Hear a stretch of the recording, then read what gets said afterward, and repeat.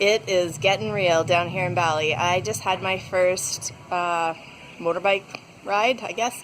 I rented a bike today because Ludo leaves for Zanzibar November 13th, and I need to be able to ride the bike and take Samai wherever we need to go to get groceries, to school if he's in school then, or whatever it is, before he goes. And so I need to get comfortable because I've never really ridden a bike before, other than like 1 hour. Oh, somebody wants to say hi.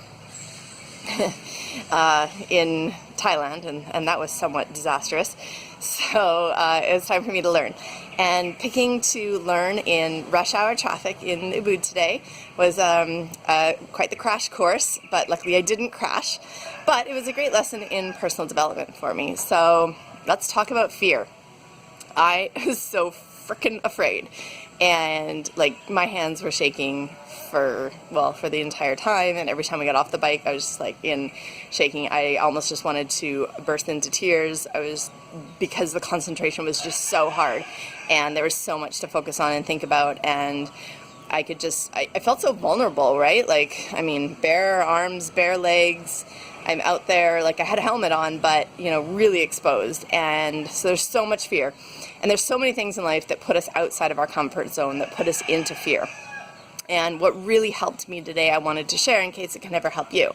And that was that I really just started to focus on, I'm invincible. I can't control the future. I know I'm going to do the best job that I can right now, and that's all that I can do. So there's no point getting overwhelmed by fear, because if I give in to the fear and I shake more and I'm distracted more, that's not going to make me a better driver. It's not going to improve my chances at all.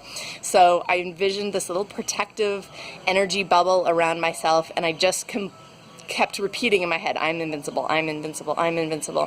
Nothing bad is going to happen. If something happens, it's meant to happen. It's going to lead to something even better. I can do this. You've got this. And you know what? I did it. And even in the craziest part of rush hour at the end, when I totally lost Samai and Ludo, I didn't know where they were on their bike. I didn't have my phone. They had my cell phone.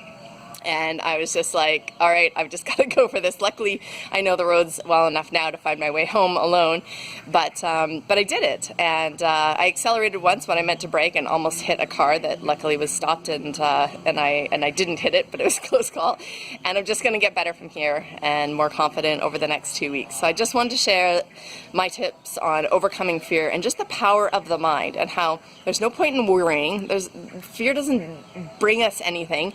It's meant as a survival technique, but harness that fear and just turn it around and just focus on the positive, focus on what you can control, and then let it be.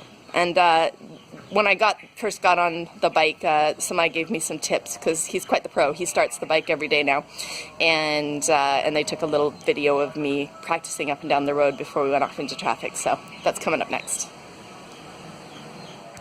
Okay. Step number 1, put that down with your foot. Okay.